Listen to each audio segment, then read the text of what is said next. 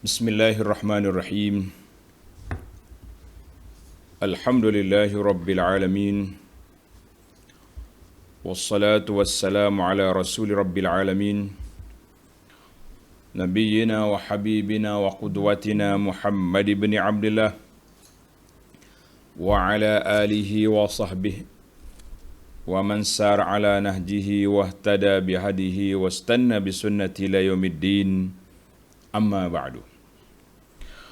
Muslimin dan muslimat, para pelajar, para jemaah, para pencinta Al-Quran, Assalamualaikum warahmatullahi wabarakatuh. Alhamdulillah, pada pagi ini 12 November 2021 bersamaan dengan 7 Rabiul Tsani 1443. Kita teruskan pengajian kita dalam surah Al-Ahzab. Surah Al-Ahzab, surah yang ke-33, juzuk yang ke-21.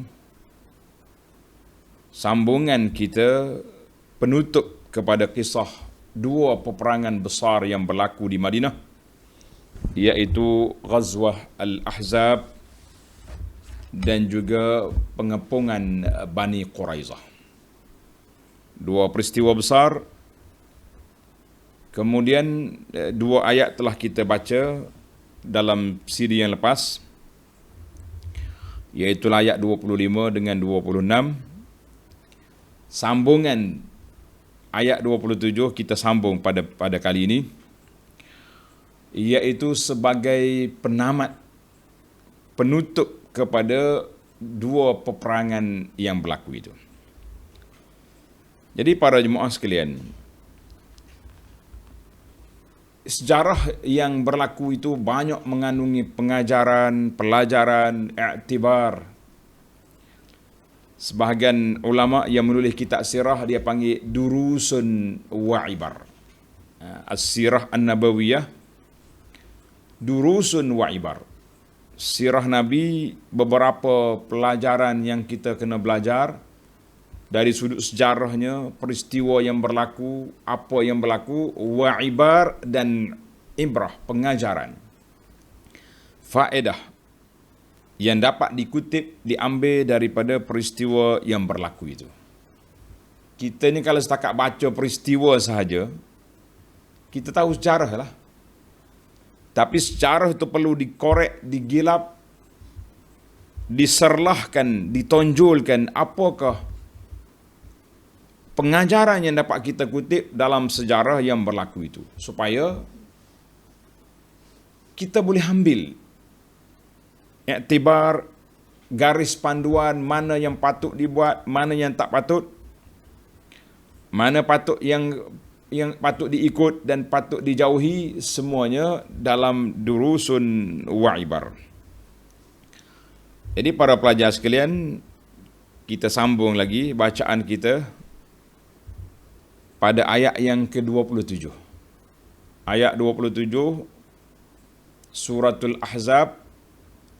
Bagi jemaah yang ada tafsir pimpinan muka surat pimpinan Jawi, muka surat 910.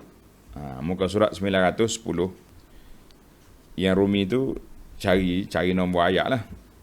Ayat dia 27.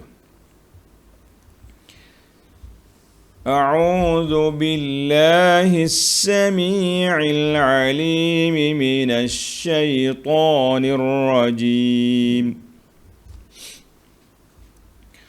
وَأَوْرَثَكُمْ أَرْضَهُمْ وَدِيَارَهُمْ وَأَمْوَالَهُمْ وَأَرْضًا لَّمْ تَطَئُوهَا وَكَانَ اللَّهُ عَلَى كُلِّ شَيْءٍ قَدِيرًا. Allah cerita pada ayat ini, wa aurasakum ardahum wa diyarahum. Dan Allah menjadikan kamu mempusakai. Tengok ayat ni kata mempusakai. Pusaka apa tu? mempusakai tanah-tanah mereka. Tanah diambil. Aurasakum bermakna malakakum. Malakakum. Allah Ta'ala bagi milik kepada kamu. Apa milik dia beri? Iaitu tanah. Mereka sendiri ada yang diambil sebagai tawanan. Dan rumah-rumah mereka serta harta benda mereka. Mempusakai tanah-tanah mereka, ambil tanah, ambil rumah, ambil harta benda mereka. Jelaslah di sini, harta mana yang diambil itu. Jadi ada para ulama mengatakan, termasuk semua sekali. Bumi, tanah dia tu termasuklah tanaman-tanaman, pokok-pokok. Kalau di Madinah tu pokok tamar lah, yang banyaknya. Wadiyarahum, negeri itu maknanya husun, kota-kota. Yahudi ni dia suka buat rumah dia besar. Dia buat kota kubu pertahanan itu. Wa amwalahum, termasuklah hayawan-hayawan, ternakan-ternakan mereka. Jadi ulama kata di sini, oleh kerana ayat ini masih lagi dalam konteks kita dengan Bani Quraizah, maka ayat itu dikira ambil Bani Quraizah. Yang jelas di situlah. Kemudian Allah kata apa? Wa ardal lam tata'uha. Dan juga Allah akan berikan kepada kamu tanah-tanah, yakni negeri-negeri lain yang belum kamu menjejaknya. Negeri mana tu? Panjang sekali dibahaskan oleh para ulama Islam. Negeri mana yang belum dijejak, belum diambil? Tuan-tuan ada 5 pandangan ulama di sini yang menghuraikan wa ardal lam tata'uha. Bumi yang belum kamu menjejaknya. Apa dia bumi itu? Yang pertama, ulama tafsir kata hiya ardu Khaybar. Bumi Khaybar. Khaybar ni bila Nabi akan ambil? Iaitu pada tahun yang ke-7. Khaybar, Nabi SAW akan buka Khaybar pada tahun yang ke-7. Sabar dulu. Ni kita sekarang ni baru Ahzab tahun yang ke-5. Bani Quraizah yang ke-5 pun dah hujung dah ni. Hujung tahun dah ni. Dia panggil bulan Zulqa'dah. Bulan Zulqa'dah maknanya tahun 26. Bulan Zulqa'dah juga tahun yang ke-6 Nabi kita SAW pergi ke Mekah. Dan terjadilah perjanjian Al-Hudaybiyah. Perjanjian Al-Hudaybiyah di antara Nabi SAW dengan Quraisy. Di antara Nabi dengan Quraisy, perjanjian gencatan senjata selama 10 tahun. Tak berperang di sini, di Mekah, dengan Quraisy. Kemudian Khaybar pada tahun yang ke-7. Ada ulama kata yang kedua, janji Allah Ta'ala ini, bumi Khaybar dan lain-lain daripada negeri kafir. Tak apalah, Khaybar dan negeri kafir lain akan dapat, insya-Allah. Yang ketiga, Al-Biqai menyenaraikan secara ringkas, iaitu ardu Khaybar awalan. Mula-mula kita akan ambil bumi Khaybar. Thumma ardu Makkah thaniyan. Tengok, Khaybar tahun 7. Pembukaan kota Mekah Ramadan tahun yang ke-8. Tuan-tuan ingat. Thumma ardu Faris war Rum. Bumi Parsi dengan Rom. Ini tak jatuh di zaman Nabi sallallahu alaihi wasallam. Zaman Sayyidina Umar baru dapat. Wa kana qad hakama bihi fi hadhihi al-ghayr wahyina abraqa tilka al-barqat. Ingatkan waktu Nabi sallallahu alaihi wasallam pukul batu besar yang tak pecah di dalam parit itu. Pengap Nabi pukul sekali, cahaya dia dalam keluar ikut ni. Nabi SAW bagi tahu Yaman akan jatuh. Kali yang kedua, api itu, cahaya itu keluar ke sebelah Parsi, sebelah Faris. Parsi ni sebelah Iran. Nabi kata Parsi akan jatuh. Sekali lagi ke arah Syam. Syam itu tentera Rom di situ. Nabi SAW mengatakan Rom akan jatuh. Waktu tu. Tapi ayat inilah yang diguna boleh cyber terupa munafikin guna ni. Muhammad cakap nak ambil Rom Parsi. Sekarang ni kita nak keluar pergi ke tandas pun tak mampu. Pergi ke tandas, nak pergi buang air pun takut. Nak ambil Rom dengan Parsi. Ini panggil mainan media bobok munafikin. Jadi jelaslah yang ketiga. Yang keempat, dia kata Ardu Bani Nadir. Bumi Bani Nadir. Bani Nadir ni nanti sekejap lagi saya buat sinopsis ringkasan kepada peperangan dua yang berlaku ini insya-Allah. Jadi Bani Nadir apa makna telam tatauha ay lam taftahuha unwatan. Dia kata bumi Bani Nadir, Madinah tu dah. Di mana Bani Nadir ni? Bani Nadir ni sekarang ni kalau kita pergi kita akan jumpa kota Ka'ab bin Ashraf yang saya tunjuk. Dah tunjuk dalam siri yang lepas. Kubu Ka'ab Ashraf tu dia panggil situ Bani Nadir. Kenapa lam taftahu unwah? Sebab Nabi kita tidak ambil dengan peperangan. Cuma dikepung. Bani Nadir mengaku kalah. Mereka minta nak keluar daripada Madinah. Nabi kita benar dia keluar. Dan dia boleh ambil barang-barang sekadar muat dipikul oleh kenderaan dia. Ambil. Yang lain tinggal. Yang kelima. Wazahaba ibn Jarir at-Tabari rahimahullah ila adamit ta'yin. Tabari kata semua. Kalau nak kata Bani Quraizah pun betul, nak kata bumi Mekah pun betul, Khaybar pun betul, Parsi dengan Rom pun semuanya betul belaka. Yaman pun betul. Jadi semua tu negeri yang belum diambil oleh umat Islam, maka Allah janjikan wa aurasakum ardahum wa diyarahum. Wa aurasakum, Allah Ta'ala guna perkataan wa aurasakum. Allah menjadikan kamu mempusakai ardahum, tanah mereka. Bahasa irsin ini bahasa Al-Quran tuan-tuan. Bila kita pergi kepada bahasa wa aurasa, mana aku pusakakan kamu. Bahasa pusaka ni bahasa yang tinggi. Maknanya seorang itu bila kita kata ini harta pusaka, maknanya kita akan menerima tanah ini, harta ini, tak payah susah payah kita. Asalkan ayah dia mati, bapak dia tinggal harta, maka harta itu secara automatik pergi kepada anak-anak dia sebagai penerima pusaka. Baik, sekarang ni Allah Ta'ala gambarkan kepada Allah kata wa aurasakum, aku akan pusakakan kamu. Ini janji Allah bahawa kamu umat Islam akan dapat ambil harta mereka. Allahu Akbar. Secara pusaka.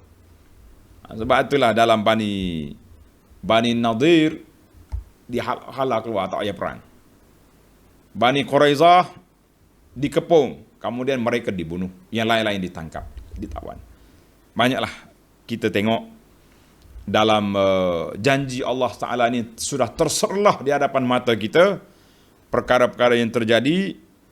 Kemudian kalau kita belik kitab sirah, alhamdulillah tuan-tuan akan jumpa bumi Khaybar yang begitu subur sekali. Sebab Yahudi ni dia bijak, pakar dalam bidang pertanian. Dia duduk Madinah, dia tanam pokok-pokok yang hebat-hebat. Bila dia dihalau keluar, Huyai bin Akhtab lari keluar daripada bumi Bani Nadir, ke mana mereka pergi? Pergi ke Khaybar. Di Khaybar dia buat kubu pertahanan sampailah ni. Kalau tuan-tuan yang pergi Madinah, suruh travel agent tuan bawa pergi Khaybar. Kalau dibenarkan. Kadang-kadang tak benar. Waktu anda pergi nak masuk, dia tak benar. Dia tidak dibenarkan masuk. Dia ada keadaan lah. Kadang-kadang masalah keamanan. Ada kalanya ada masalah tersendirilah. Yang pentingnya pihak kerajaan dia jaga keselamatan. Pergi tengok bumi Khaybar, tengok dalam internet lah senang. Syekh Google ada, cek tengok bumi Khaybar, kita akan nampak husun kota dia dan kebun-kebun yang dia ada. Wa aurasakum ardhum. Allah kata aku pusakakan kepada kamu. Ambil. Dan selepas peperangan Khaybar, untuk maklumat para pelajar, para jemaah sekalian, berbeza sikit keadaan umat Islam ba'da Khaybar. Kenapa? Sebab dalam peperangan Khaybar, dalam peperangan Badar, kita tak dapat apa. Yang dapatnya 70 orang tawanan. Itu pun khilaf. Nak ambil tebusan ke nak pancung. Dalam peperangan Uhud, umat Islam diuji dengan begitu gawat. Kemudian pada tahun yang keempat, selepas daripada Uhud, tengok dalam buku nota Abu Anah tulis ni, pada tahun yang keempat berlakunya peperangan pengepungan siapa? Bani Quraizah. Bani Nadir. Kita ingat Bani Nadir dulu. Uhud Syawal tahun yang ketiga. Bani Nadir tahun yang keempat. Rabiul Awal tahun yang keempat. Sesah Bani Nadir. Bani Nadir banyak jugalah harta-harta yang rapas. Tapi tahun yang kelima Ahzab tak dapat apa. Tahun yang keenam pergi perjanjian damai dengan Hudaibiyah dengan Quraisy pun tak ada. Tahun yang ketujuh Khaybar banyak sekali harta yang dapat. Harta rampasan. Wa awrathakum ardahum wa diyarahum. Maknanya tawanan Khaybar tu banyak, besar dia punya hasilnya, maka berubah. Sehingga ramai di kalangan sahabat dia kata, ya Rasulullah, saya nak sedekahkan harta saya ni sebab apa yang saya dapat di Khaybar banyak. Sahabat-sahabat ni masih hidup dalam keadaan zuhud. Sebab itulah kita dengar cerita siapa? Abdul Rahman bin Auf menangis dia ketika di akhir hayat dia. Dia kata, kami bimbang takut-takut apa yang kami dapat ini Allah Ta'ala dah bagi awal lagi nikmat sebelum kita dapat nikmat syurga. Allahu Akbar. Baik, kita teruskan dengan ayat. Wa kana Allahu ala kulli syai'in qadira. Dan ingatlah. Tak kiralah wa awrasakum arda ghaira ardi Bani Quraizah itu yang kamu akan miliki, kita sudah sebut tadi, beberapa negeri sudah dapat. Yang pentingnya Khaybar lah yang paling besar yang disebut ramai oleh ulama tafsir, Khaybar. Sebab itu waktu terdekat. Waktu yang paling dekat, Khaybar. Kemudian ada pun Parsi, Rom, itu lama no, zaman Sayyidina Umar, berapa 10 tahun lebih nanti. Wa kana Allahu ala kulli syai'in qadira, innallaha muttasifun azalan wa abadan bikamalil qudrah. Allah Ta'ala itu bersifat daripada azali lagi, sifat kesempurnaan, iaitulah sifat al-qudrah, amat berkuasa. Sifat amat berkuasa di atas tiap-tiap sesuatu, fala yu'jizuhu syai', tidak ada sesuatu yang melemahkan kuasa Allah. Di antara kuasa Allah Ta'alanya, taurisil mu'minin ardal kafirin. Allah beri negeri-negeri orang kafir kepada orang Islam, dan Allah Ta'ala beri pertolongan ke atas mereka. Baik, para pelajar sekalian, kesimpulan daripada dua kisah ini, anda nak ulang semua sekali tak mampu sebab terlalu panjang. Ada jemaah kata kita sinopsis balik, kita kata sukarlah sebab panjang. Cuma saya nak bagi satu sekali lagi, macam orang panggil ringkasan. Nabi sampai di Madinah pada tahun yang pertama hijrah. Baginda sallallahu alaihi wasallam membina masjid, bina rumah kediaman dia, mempersaudarakan di antara muhajirin dengan ansar. Maknanya baru nak susun balik masyarakat Islam yang baru, dia panggil mujtama' madani. Jadi oleh kerana kehadiran Nabi ke Madinah, Madinah ni sudah ada kabilah-kabilah dia sendiri. Ada Aus, ada Khazraj, ada Yahudi. Kita kena ingat Madinah itu masyarakat majmuk. Masyarakat majmuk, dia ada Yahudi. Maka Yahudi nak selamat, dia buat perjanjian damai dengan Nabi sallallahu alaihi wasallam. Buat perjanjian damai dengan Nabi sallallahu alaihi wasallam. Tapi apa boleh buat, Yahudi itu Yahudilah dia. Kemudian tengah-tengah di celah itu muncullah satu lagi spesies, nama dia spesies munafik, yang diketuai oleh Abdullah bin Ubay bin Salul. Puak-puak ni orang Madinah, tuan-tuan. Dia bukan Yahudi, tetapi dia ni penyakit hati. Sebab di ahli sejarah mengatakan orang Madinah sudah nak tabal siapa dia? Abdullah bin Ubay bin Salul menjadi ketua. Tapi nasib dia, kata orang nasib malang, Nabi sampai di Madinah, baginda Nabi sallallahu alaihi wasallam telah ditabalkan menjadi pemimpin. Jadi terpinggirlah Abdullah bin Ubay bin Salul.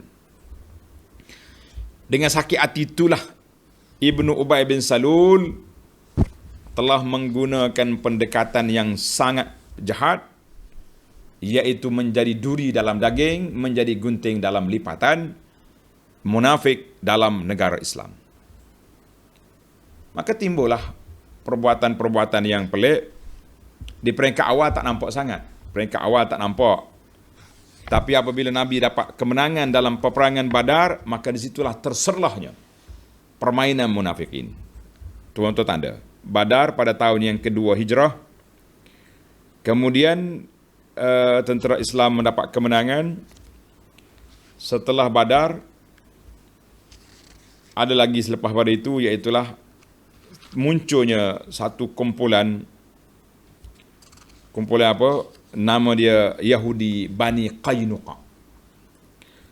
Bani Qainuqa, Badar bulan Ramadan, Syawal pada tahun yang kedua juga, iaitulah Bani Qainuqa batal perjanjian. Batal perjanjian. Dia orang ni jahat. Nama ketua dia Syas bin Qais. Syas bin Qais. Kerja dia batu api. Melaga-lagakan di antara Aus dengan Khazraj. Dia nak cari ya apa saja punca yang boleh lagakan, dia bagi supaya kelahi dua orang. Jadi sehingga Nabi sentiasa berhati-hati dengan langkah sumbang ini, kan, supaya tidak timbul perbalahan besar di antara dua kabilah yang telah disatukan itu. Jadi mereka ni, siapa dia? Puak-puak Yahudi Bani Qainuqa ni, dia kerja bertukang. Dia tukang buat emas dan juga alat-alat perkakas peperangan. Jadi dia banyaklah dia punya senjata-senjata di rumah dia tu. Nak jadi cerita, satu hari seorang perempuan muslimah pergi jual barang di pasar dia panggil Suk Bani Qainuqa. Jadi dia suruh wanita ni buka muka, buka hijab. Muslimah kita kata mana boleh. Dia khianat. Dia pergi tengok kain kawan ni kan, ujung kain di belakang tu dia ambil, kawan tu duduk jual barang, dia ikat dengan tali belakang. Bila muslimah kita ni bangun, cabutlah kain dia. Ketika itulah muslimah kita minta tolong. Wah, Islam. Jadi orang Islam yang ada datang bantu pukul si Yahudi yang khianat tadi, maka berlakulah pukul-pukulan di situ. Maka pada Sabtu 15 Syawal, Rasulullah dan Sayyidina Hamzah serta sekumpulan tentera muslimin telah mengepung kota Yahudi Bani Qainuqa selama 15 hari. Abdullah bin Ubay bin Salul telah muncul. Si munafik ini main peranan, minta dengan Nabi SAW, jangan bunuh mereka. Jangan bunuh mereka ya Rasulullah. Kesian dia. Habis, kita halau je mereka keluar daripada Madinah. Dia panggil ijla'. Ijla' tu halau keluar. Maka Nabi setuju. Mereka dihalau keluar daripada Madinah. Baiklah. Kemudian itu tahun yang kedua. Tahun yang ketiga berlaku peperangan Uhud. Syawal juga peperangan Uhud berlaku. Tentera Islam 1/10 gugur syahid. Orang kafir gembiralah, sukalah dia kan. Maka Yahudi rasa macam satu kekuatan bagi dia. Ketua Yahudi di sini nama dia Huyai bin Akhtab. Huyai bin Akhtab ni jahat, memang jahat pun. Satu hari Nabi kita pergi ke Bani Nadir untuk berunding tentang nak bayar diat pampasan. Pampasan yang berlaku kepada pembunuhan ke atas seorang laki-laki dibunuh secara tersalah. Yang dibunuh oleh dua orang laki-laki telah dibunuh oleh Amru bin Umayyah Ad-Damari. Tak sengaja. Tapi Nabi ambil tanggungjawab di atas dasar kontrak sosial, di atas dasar orang panggil perjanjian, maka Nabi pergi nak bayar dia pampasan. Seorang Yahudi jahat nama dia Amru bin Jahsh, paling jahat di atas mereka, dia kata gini, Nabi duduk di bawah ni bangunan tinggi Yahudi, tempat berunding di bawah bangunan tu ada teduh, tempat teduh situ, mereka duduk situ. Si Amru bin Jahsh ni kata tak apa, diam, aku akan naik atas bangunan, ambil batu besar, pom atas kepala Muhammad, dengan kawan-kawan dia mati habis. Dia ingat ke macam tu dia boleh buat kan. Tapi Yahudi juga nama dia Salam bin Mashkam kata, janganlah, Muhammad ni ada wahyu, dia kan ahli kitab. Ahli kitab ni dia tahu ada wahyu, ada turunnya wahyu, ada malaikat Jibril datang.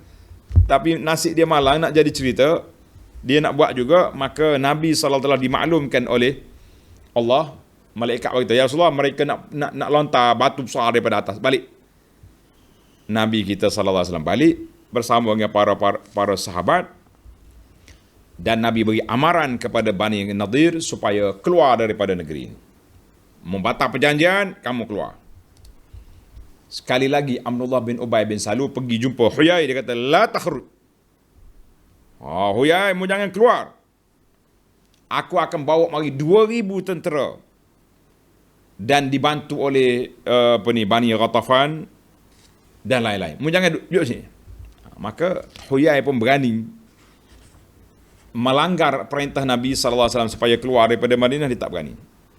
Pada ketika itulah Nabi SAW mengepung Bani Nadir. Ada riwayat mengatakan kepungan itu selama beberapa belah hari. Nabi, sahabat-sahabat ni potong pokok, potong tali air supaya mereka tak ada bekalan. Yang akhirnya mereka mula kecut perut. Yahudi Abdullah bin Ubay ni mari peranan pula, mari minta dengan Nabi supaya halau je mereka keluar, jangan bunuh. Allahu Akbar. Itulah dia panggil kerenah dia. Dia membela puak kafir sentiasa. Maka Yahudi Bani Nadir keluar ke Khaybar dengan mempunyai 600 ekor unta. 600 ekor unta keluar ke Khaybar.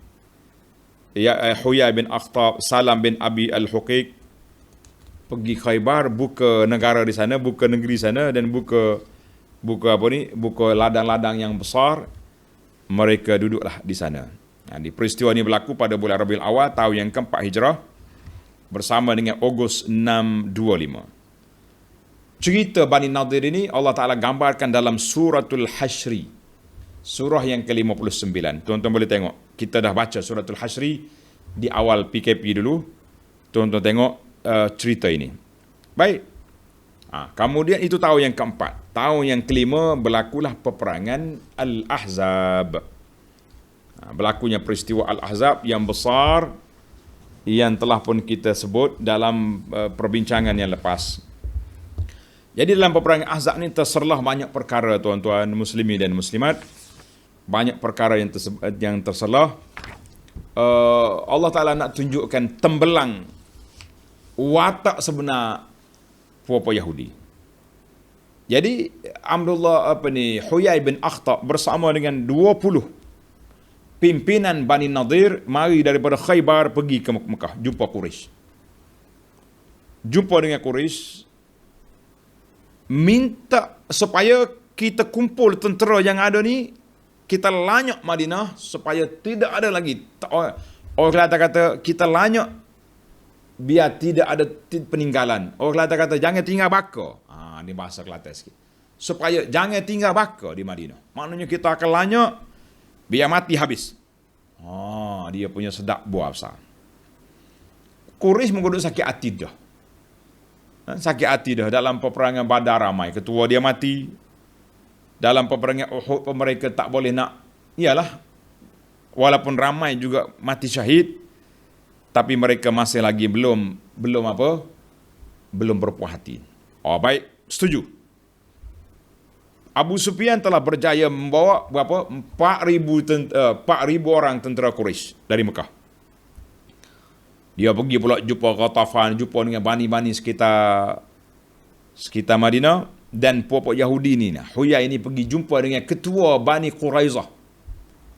Dia kata, bos, orang Mekah steady. Bani lain sekitar Madinah semuanya setuju belaka. Tinggal puak-puakmu je lagi. Hari ini hari gembira untuk kamu bebaskan diri daripada Muhammad. Kita kata sallallahu alaihi wasallam. Ketua Bani Quraizah kata, la, jangan, aku tak mau. Sebab aku duduk Madinah. Mu kalau apa-apa terjadi, mu lagi balik, tinggal aku seorang. Tapi peranan Huyai ini masih lagi kuat. Akhirnya ketua Bani Quraizah bersetuju. Itulah episod dianya. Ialah takdir Allah, liyaqdi Allahu amran kana maf'ula. Tak nak lari dah kan. Jadi dia tak nak lari dalam benda yang sudah ditetapkan oleh Allah Azza wa Jalla. Dia pun setuju apa? Setuju nak batalkan perjanjian. Tak ada apa. Maka di situlah timbul sahabat-sahabat. Dia tengok apabila kepungan tu kuat, mereka datang ramai, kita nak buat macam mana? Maka bangunlah Salman Al-Farisi. Dia kata, ya Rasulullah, inna kunna bi ardi Farisin. Rasulullah, kami di bumi Parsi, di Parsi. Iza husirna khandaqna alaina. Kalau kami dikepung, kami akan gali parit. Cadangan Salman ini terus diterima oleh Nabi sallallahu alaihi wasallam. Kenapa? Sebab teknik ni tidak dikenali oleh puak-puak Arab. Orang Arab tak pernah main gali parit, tak ada. Dia panggil ini satu teknologi yang pertama diguna dalam negara Arab. Hasil daripada pengalaman Salman. Ini pengalaman ini penting tuan-tuan. Kita mesyuarat ni penting. Kita ada pengalaman di sini, tapi dia ada pengalaman lain. Kita boleh guna teknologi ini untuk nak menyekat kemarahan tentera Ahzab yang begitu ramai. Maka berlakunya kepungan bermula pada bulan Syawal tahun yang kelima dan berakhir pada awal Zulqa'dah tahun yang sama. Maknanya hampir sebulan Madinah dikepung. Hampir sebulan. Madinah dikepung hampir sebulan. Cerita tentang bagaimana takut itu kita dah ceritakan daripada awal semalam. Allah ada gambar dah daripada awal ayat yang kita baca.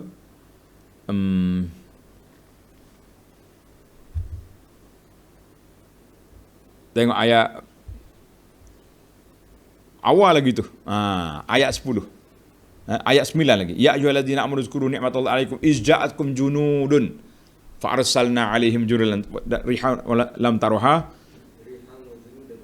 Tuan-tuan tengok balik dalam ayat yang lepas. Ayat yang ke-9 Ayat yang ke-9. Ya ayyuhalladzina amanu zkuru ni'matallahi 'alaikum iz ja'atkum junudun fa arsalna 'alaihim rihan wa junudan lam taruha.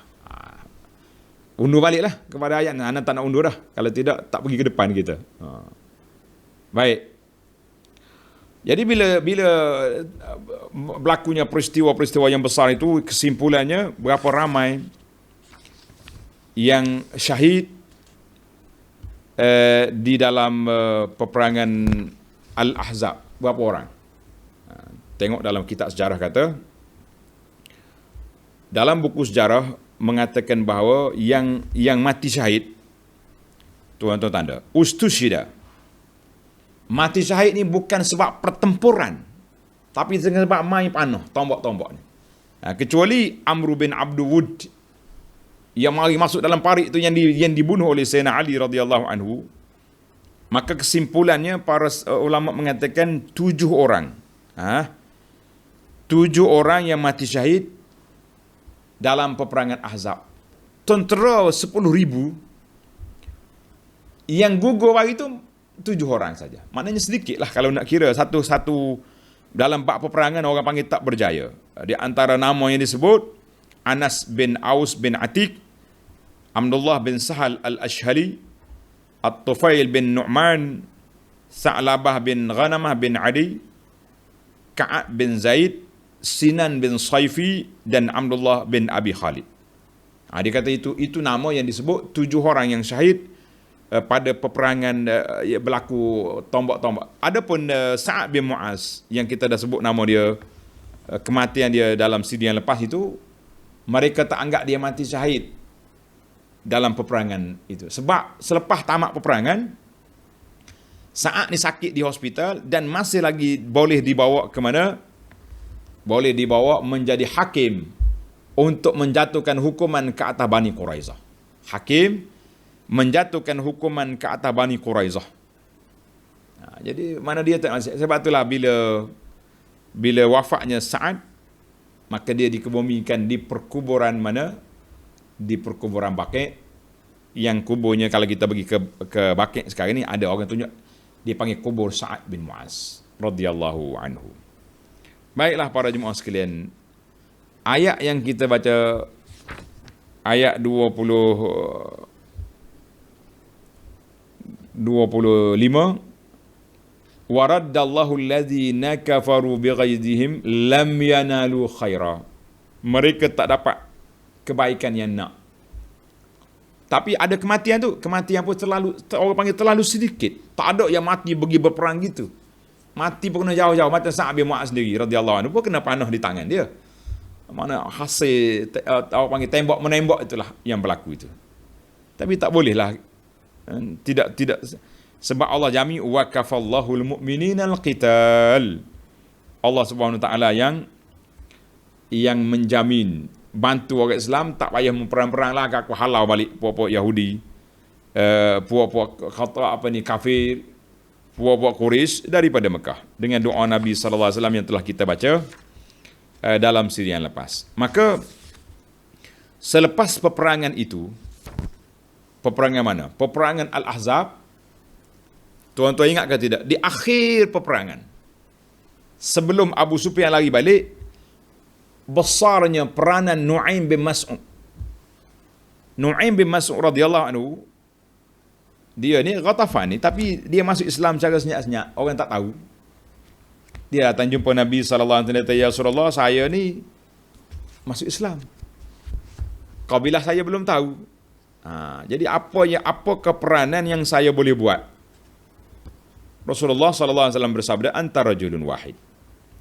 Seorang. Peperangan ni besar, tapi Nabi tak perkecilkan peranan. Sebab dalam peperangan ni kita perlu kepada apa? Perlu kepada strategi. Maka Nabi SAW bagi tahu kepada dia, al-harbu khidah. Peperangan ni kita kena ada teknik yang tersendiri. Maka peranan Nu'aim pergi pecahkan keyakinan Quraisy terhadap Yahudi. Quraisy, Yahudi tak apa nak betul tu. Mereka nak balik semula kepada perjanjian dia dengan Muhammad. Habis, kalau kamu rasa curiga, kamu minta pemuda-pemuda dia minta mari duduk kamu. Kalau apa terjadi, membunuh ni dulu. Oh, gitu ke? Ya. Kemudian dia pergi pula dekat Yahudi. Dia kata, Quraisy nak lari balik.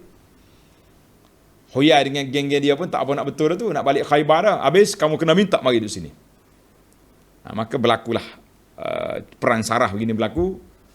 Yahudi pergi jumpa Quraisy. Quraisy kata, oh betul sungguh hak Nu'aim cakap tu. Mereka datang dah. Quraisy pun minta dengan Yahudi. Jadi nampak dia punya perang sarah yang dimainkan oleh Nu'aim berkesan dan menyebabkan mereka mula curiga mencurigai. Masing-masing mula hilang kepercayaan. Maka berlakulah peristiwa itu. Sehinggalah Abu Sufyan lari balik. Selepas daripada Abu Sufyan lari balik, Nabi kita sallallahu alaihi wasallam balik ke rumah dia tiba-tiba malaikat Jibril datang dengan rambut dia masih lagi belum basuh, dengan debu-debunya, mengatakan, ya Rasulullah dah selesai dah. Dah sudah dah dia punya peperangan. Nabi kata sudah dah. Kurih pun lagi balik dah. Tak, kata di malaikat, dia kata kami belum lagi. Malaikat belum selesai lagi ya Rasulullah. Malaikat belum lagi selesai daripada peperangan ini. Habis, pergi segera ke Bani Quraizah. Maka Nabi SAW telah pun ceritakan kepada sahabat, la yusalliyanna al-asra illa fi Bani Quraizah. Mu jangan salat asar hari ini kecuali di Bani Quraizah. Itulah peristiwa yang saya dah sebut dalam siri yang lepas, sehingga timbulnya khilaf di kalangan para sahabat. Ada yang solat asar sebelum maghrib di tengah perjalanan. Ada sahabat yang tak mau, selagi tak sampai di Bani Quraizah, kita akan tak salat. Jadi alhamdulillah dua-duanya tidak dicela oleh Nabi sallallahu alaihi wasallam, sebab dua-duanya mengikut arahan, yakni ikut secara literal, yakni ikut dengan kepahaman lain. Dia kata Nabi nak suruh kita cepat je tu. Sebab itulah dalam sejarah Islam ni saya tulis sebuah buku, nama dia Rahmat dalam Perbezaan. Tuan-tuan ambil buku Rahmat dalam Perbezaan ini, kan? Rahmat dalam Perbezaan. Kita cerita ni tentang kenapa berlakunya khilaf para ulama. Khilaf ni sebab memahami nas, bukan menolak nas, memahami nas. Jadi ada kata kita kena, sebab itu dalam bab sejarah Islam ni dia ada dua aliran pemikiran. Satu dipanggil Madrasah Ahlul Hadis yang berpusat di Mekah, di Madinah, di bawah Ibnu Abbas, Aisyah dan lain-lain. Kemudian yang satu kumpulan lagi Ibnu Mas'ud di Iraq, dia panggil Madrasah Ahlul Ra'i. Madrasah Ahlul Ra'i. Ahlul Hadis kata, oleh kerana Nabi kita salah sebut apa? Nabi kita sebut jangan zakat fitrah, maaf. Zakat fitrah itu dibayar dengan makanan, maka Ahlul Hijjah kata tak boleh, kena makanan. Mazhab Syafi'i kena makanan. Ahlul Ra'i lah. Nabi kita nak suruh kita urnuhum, gembirakan orang miskin. Jadi dia bukan nak makan saja, dia nak pakaian, maka boleh kita bayar zakat fitrah dengan apa? Dengan harta, dengan harga, qimah. Kita sekarang ni pun kita duk pakai harta, bayar dengan qimah lah tu. Baik, para jemaah sekalian, para pelajar sekalian, kita sekarang ni balik pula kepada Bani Quraizah. Nabi kata la yusalliyan al-asra fi Bani Quraizah. Mu jangan solat asar di Bani Quraizah. Jadi dua aliran sahabat, ada yang tafsir, ada yang berpegang dengan nas. Dua-dua tu Nabi kita sallallahu alaihi wasallam tidak mencela. Alhamdulillah. Mana ada keluasannya dalam syarak. Jadi penjelasannya tuan-tuan tengok dalam buku saya, nama dia Rahmat dalam Perbezaan. Tinggalan buku ni. Tengok dalam Darut Taibah tu ada situ. Baik para pelajar sekalian. Sesa Nabi kita pergi dengan para sahabat. Dalam buku Madinah ni telah kita huraikan bagaimana berlakunya peristiwa pengepungan Bani Quraizah. Jadi Nabi kita pergi kepung, ada kata beberapa belah hari, 20 hari kepungan, maka tentera Ahzab, Bani Quraizah pun mengaku kalah. Bila mengaku kalah, mereka minta supaya Sa'ad bin Mu'az, dengar ni, Sa'ad bin Mu'az radhiyallahu anhu Sa'ad bin Mu'az radhiyallahu anhu menjadi hakim. Sa'ad sedang sakit di hospital, maka Nabi kita perintahkan para sahabat pergi ambil Sa'ad, mari sini. Maka Sa'ad radhiyallahu anhu telah menjatuhkan hukuman yang sangat disukai oleh Allah dan Rasul. Dalam ayat yang lepas kita telah baca, bila Sa'ad jatuhkan hukuman itu, Nabi SAW bersabda, laqad hakamta ya Sa'ad, wahai Sa'ad, laqad qadaita bihukmillah, engkau telah menjatuhkan hukuman yang diridai oleh Allah. Allahu akbar. Mulianya Sa'ad. Laqad hakamta fihim bihukmillah. Maknanya Sa'ad jatuh hukuman apa? Semua laki-laki tentera dibunuh, wanita dan kanak-kanak dan harta benda dirampas, ditawan. Jadi selepas daripada itulah, tak berapa lama Sa'ad bin Mu'az radhiyallahu anhu meninggal, syahid. Jadi syahid ke tidak? Sebab dia mati selepas peperangan. Baik, tinggal lagi para jemaah sekalian, dalam Ar-Rahiq Al-Makhtum kata, qutila fi hisadi Bani Quraizah.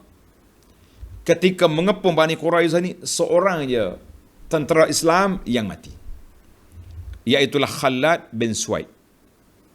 Khalad bin Suwaid ini dia lalu ke bawah rumah tu dicampur dengan batu besar oleh seorang perempuan Bani Quraizah.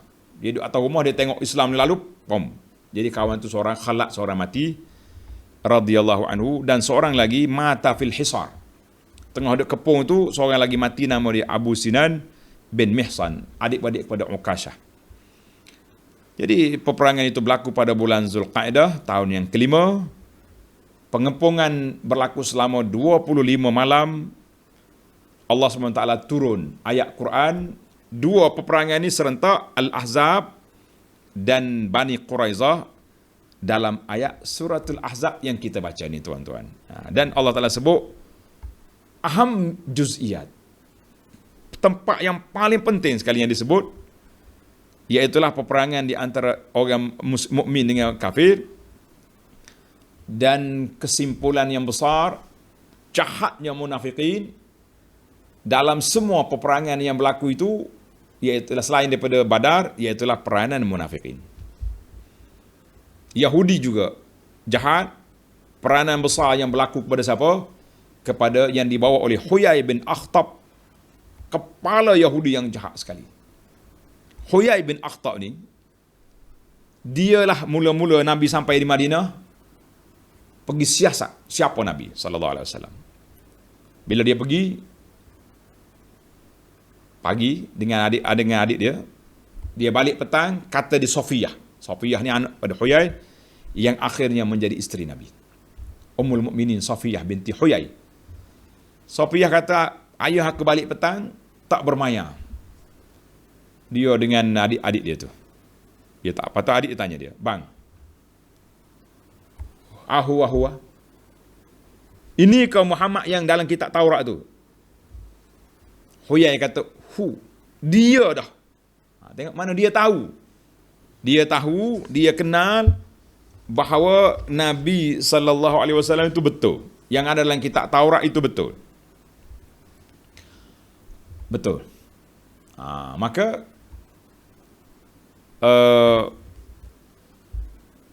ma mauqifuna, apa sikap kita? Kata dia Huyai, adawat wallahi adawatuhu ma baqitu. Dia bersumpah, aku akan lawan dia selagi aku hidup.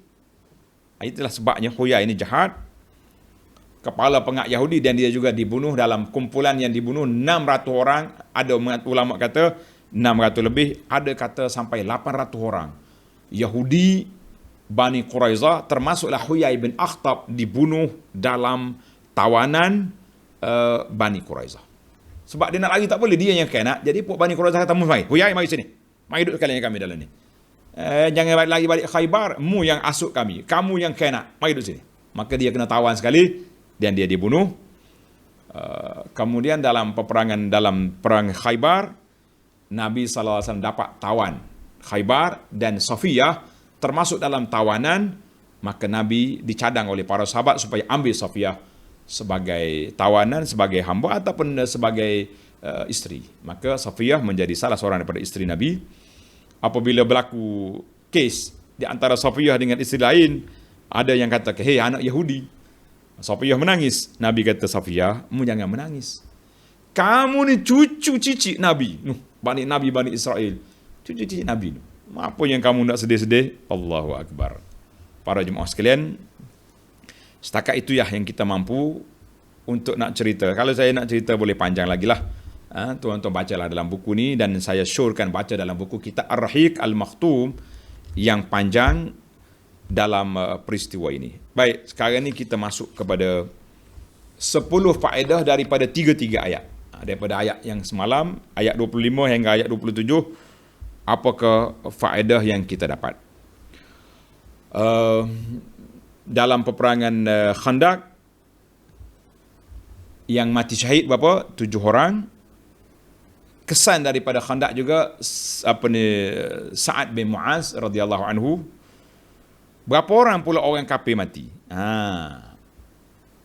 Yang mati di waqutila minal musyrikin 4 orang je. Amr bin Abdul Wud dengan geng-geng dia tu.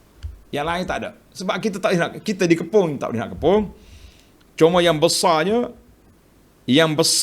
Nabi SAW setelah Ahzab balik, Nabi telah membuat satu penegasan dalam hadis yang telah kita baca, iaitu Nabi kata al-an naghzuhum wala yaghzunana. Baik, dalam fawaid nanti saya cerita. Baiklah para pelajar sekalian, kita berpindah kepada al-fawaid, faedah-faedah yang dapat kita kutip di dalam ayat 25 hingga 27. Yang pertama, Allah Ta'ala sebut waraddallahu allazina kafaru bighaizihim. Allah Ta'ala tolak puak-puak Ahzab balik dengan memendam rasa, geram fras yang begitu dahsyat, sebab bermakna mereka tewas setewas-tewasnya. Kalau dengan tentera Ahzab yang begini besar, kelengkapan yang kuat, Madinah telah dikepung dari pelbagai sudut, dari semua sudut penjuru. Tiba-tiba mereka tak boleh nak buat apa-apa. 7 orang mati, dia pun tak tahu juga mati, tak tahu sebab jauh duduk tu. Bukan mati bergelimpangan dan macam peperangan. Dia boleh tengok, dia boleh belah perut orang Islam. Ini jauh. Mana mereka sangat kecewa, lari balik, tak boleh nak buat apa. Itulah yang Allah Ta'ala sebut bighaizihim, lari balik dalam keadaan yang cukup kecewa, cukup marah. Maka dalam ayat ini menunjukkan bahawa Allah Ta'ala yang berkuasa memberi pertolongan kepada umat Islam. Bayanu qudratillah. Ayat ini menjelaskan kepada kita kuasa Allah Azza wa Jalla. Sebab itu kita umat Islam jangan kecewa, jangan rasa kita tidak ada harapan, tidak ada pertolongan. Kita minta dengan Allah Azza wa Jalla. Kalau kita menang, bermakna sudah sampai masa Allah nak tolong kita. Kalau kita kalah, bermakna belum sampai masa lagi. Teruskan perjuangan. Sebab itulah kita tengok pejuang-pejuang Islam, dia tak letih. Anak-anak orang Islam di Palestin, lawan dengan Yahudi berapa puluh tahun dah. Walaupun dengan anak batu, mereka lawan. Sebab dia tahu pertolongan Allah satu hari lagi akan sampai. Baik, yang kedua, Allah dalam ayat yang sama Tuhan kata lam yanalu khaira, mereka tak dapat apa yang dihajat.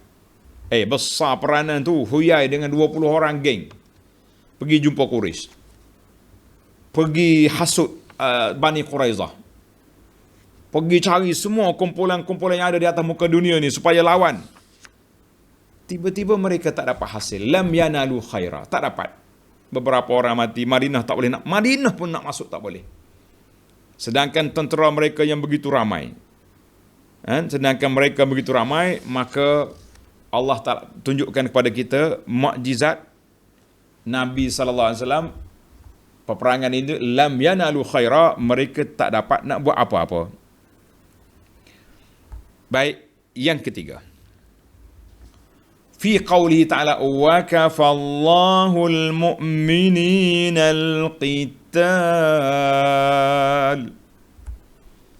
Wa kafallahu al-mu'minina al-qital.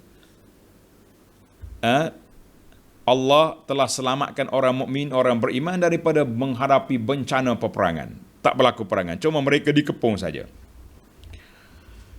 Ayat ini sekali lagi menjelaskan kepada kita mukjizat Nabi SAW selepas peperangan. Nabi kata, tengok, dalam hadis yang diriwayat oleh Sulaiman bin Surat radhiyallahu anhu, Dia dengar Nabi SAW bersabda, hina ajlal ahzab, ketika tentera Ahzab pusing balik ke Mekah, Nabi pun membuat satu kenyataan mukjizat yang kita sampai hari ini kita yakin dan percaya. Nabi kata, al-an naghzuhum wala yaghzunana. Sekarang, mana lepas pada Ahzab ini, mereka tak akan serang lagi Madinah.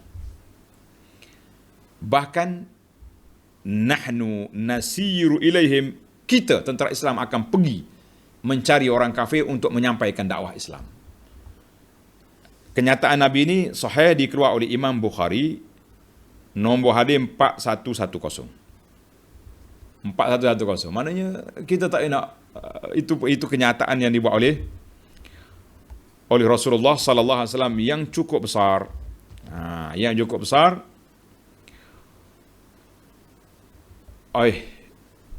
Ada peperangan di Madinah tu. Ni dalam buku ni ada cerita. Waqa'ah peperangan Al-Harrah di antara tentera Yazid. Itu peperangan yang berlaku di kalangan sama-sama orang Islam, tak berlaku di kalangan dengan orang kafir. Nabi kata tentera kafir tak akan serang Madinah. Sebab itulah para sahabat terkejut apabila Sayyidina Umar radhiyallahu anhu minta mati syahid di Madinah. Umar dia minta mati syahid di Madinah. Umar, macam mana nak mati syahid di Madinah? Peperangan tak ada lagi di Madinah dengan orang kafir. Rupanya Allah Ta'ala hantar mari satu makhluk Allah Ta'ala yang jahat. Apa nama dia? Abu Lu'lu' al-Majusi tikam perut Sayyidina Umar ketika keluar nak salat subuh pada pagi yang tersebut. Allahu Akbar. Yang keempat, waqafallahu al-mu'minina al-qital. Cukuplah Allah Ta'ala yang beri pertolongan, orang Islam tidak berlaku peperangan. Ayat ini menunjukkan yudafi'u anil mu'minin. Allah Ta'ala bagi pertolongan kepada orang-orang yang beriman. Kalau kamu beriman, salah satu daripada syarat pertolongan Allah ada di situ. Tapi kamu kena lengkap dengan lagi, jangan tu kami beriman, jangan berhenti setakat tu. Beriman dan berjuang. Kalau kita beriman saja tak berjuang, belum cukup syarat. Allahu Akbar. Yang kelima, wa kana Allahu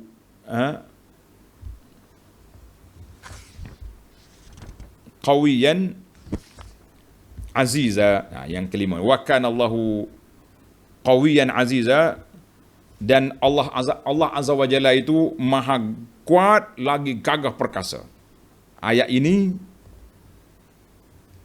menunjukkan kepada kita Allah Ta'ala tunjuk kuasa dia dengan berbagai-bagai cara. Mu nak tengok yang besar, angin datang, terbalik kemah.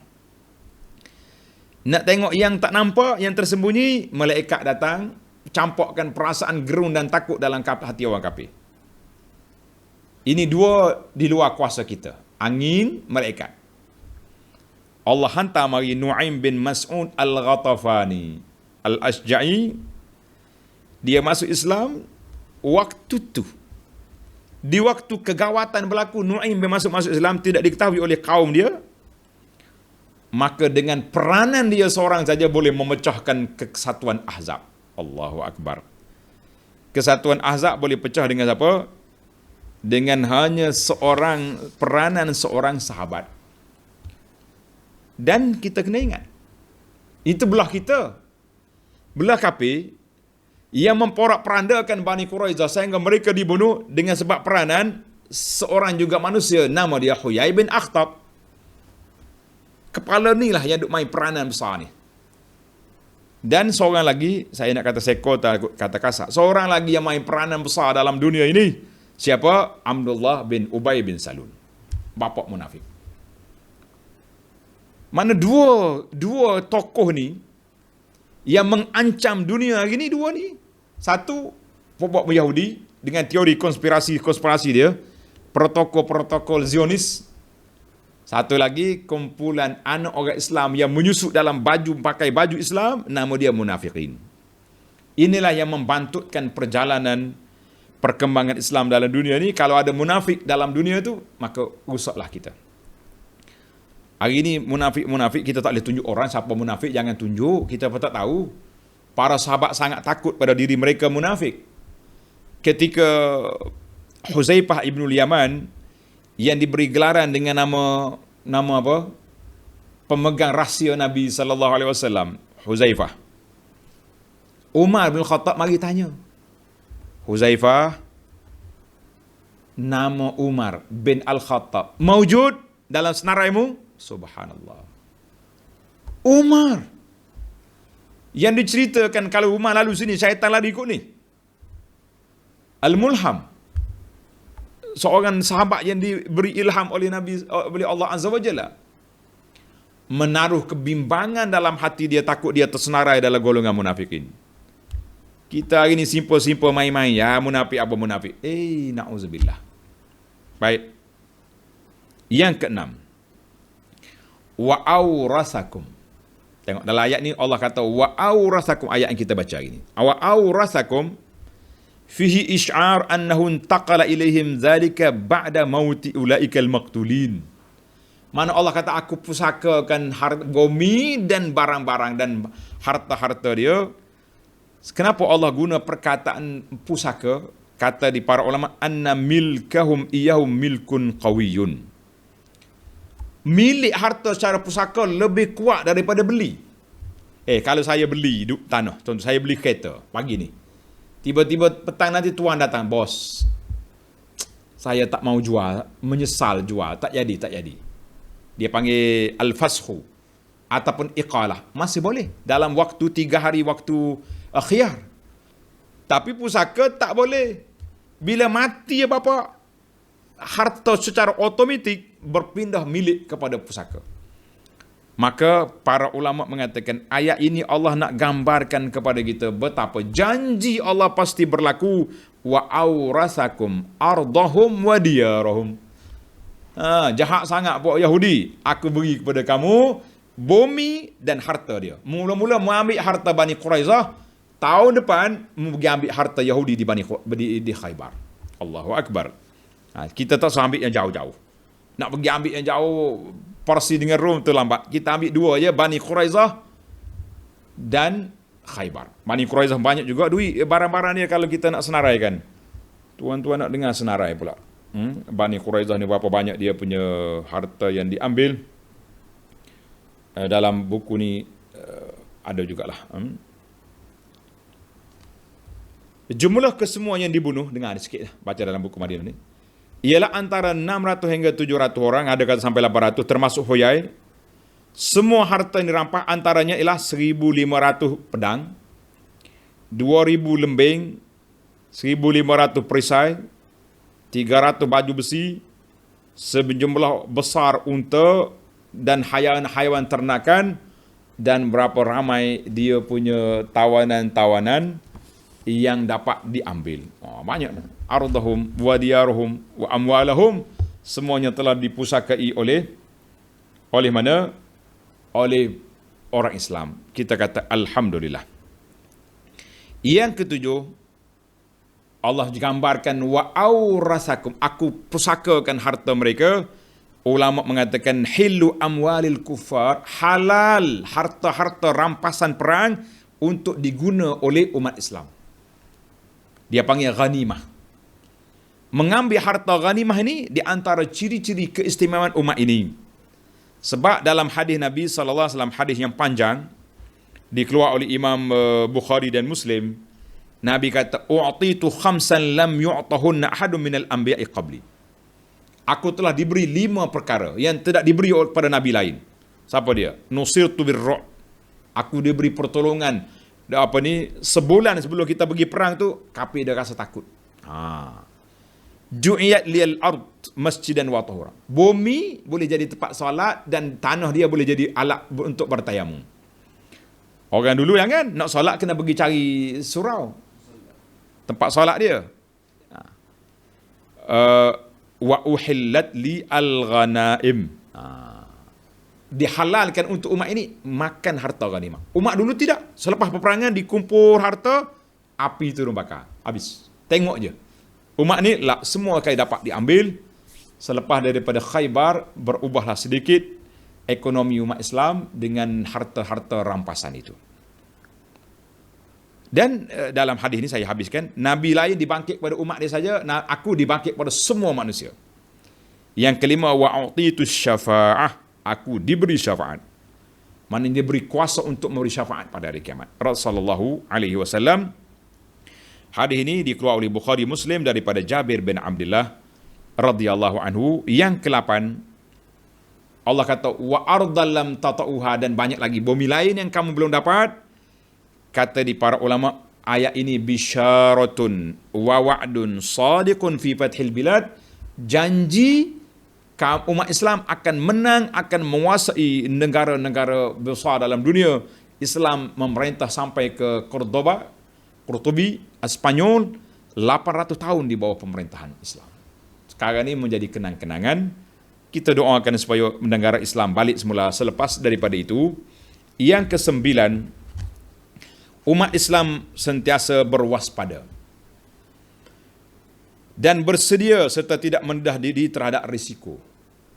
Tengok, bila Nabi rasa berat nak lawan dengan puak-puak Yahudi, nak lawan dengan tentera Ahzab, Nabi bermesyuarat.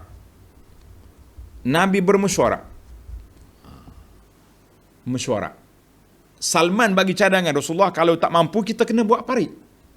Nabi terima. Maka dipanggilnya setiap berapa tadi?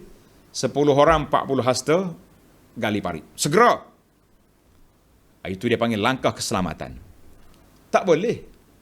Rastia strategi peperangan kena ada. Tak boleh kita rakyat Malaysia contohnya pergi buka rahsia kepada orang. Tentera kita ni ada helikopter pun tak apa nak terbang. Jet tak cukup minyak contohnya. Ini buka kain sendiri. Jangan. Jadi Nabi SAW mengambil langkah-langkah keselamatan dalam peperangan. Kita yang kata, Nabi tawakal je. Tak payah. Nabi bagi jampi semua air. Sahabat-sahabat ni kebal. Peluru-peluru tak payah pakai panah-panah lah. Ambil pasir. Wa ma ramaina izramaina tu. Wa ma ramaita izramaita walakin Allah harama. Baca ayat Quran. Tiup jadi. Nabi telah mengambil langkah keselamatan. Jadi kita sekarang ini bila kata mari wabak, mari pandemik, kita ambil langkah selamat, ambil lah, ini satu langkah. Jangan kata Nabi tak tawakal, kena buat parit. Ini besar tuan-tuan. Yang ke-10 yang terakhir. Ketua-ketua pucuk pimpinan Islam perlu menggunakan jalan-jalan segala usaha. Sama ada melalui gerakan perang saraf, melalui gerakan penghapuskan berita-berita palsu, penting. Sebab itu Nabi kata al-harbu khudah. Dalam peperangan ni akan berlaku banyak strategi-strategi. Di antara strategi yang Nabi kita guna sallallahu alaihi wasallam, strategi Nu'aim bin Mas'ud dalam peperangan. Jadi kita orang Islam jangan cepat peka. Waktu berlaku peperangan jangan mudah percaya kepada berita-berita yang disebarkan. Zaman kita gini mudah ya manusia ni, waktu pilihan raya jangan mudah nak percaya. Banyak berita palsu keluar, banyak berita maklumat yang tak betul. Jadi kita orang Islam jangan mudah percaya. Habis kenapa Nabi guna Nu'aim bin Mas'ud? Itu strategi. Kalau tidak, tak pecah pula tentera Ahzab. Jadi orang kafir guna kepada kita boleh. Kita jangan guna strategi kepada umat, nak pecahkan umat Islam. Jangan. Strategi ni untuk memecahkan pertahanan orang kafir. Yang kita salah guna sekarang ni, kita guna strategi Nu'aim Mas'ud untuk nak pecahkan kesatuan umat Islam. Kita kata ya akhi. Tidak. Itu salah guna kuasa. Salah guna kuasa. Mana taktik ini sangat besar. Sebab itulah anda tengok pendakwah-pendakwah perlu menggunakan poster, gunakan video-video pendek yang lengkap maklumat untuk disebarkan dalam masyarakat. Gunalah pelbagai medium yang ada ini, sama ada melalui alat-alat media baru ni, kita guna untuk menyampaikan dakwah Islam dan menyekat perbuatan yang tak baik yang digunakan oleh orang kafir. Jadi setakat itulah dulu 10 perkara yang dapat kita bincangkan di dalam peristiwa yang besar ini.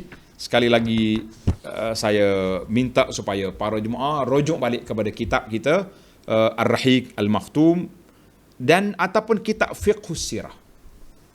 Kalau setakat baca sirah saja, tak ada fiqhu, kita tak dapat banyak maklumat. Tapi kalau kita nak betul-betul nak belajar, kitab Fiqhus Sirah tu baik.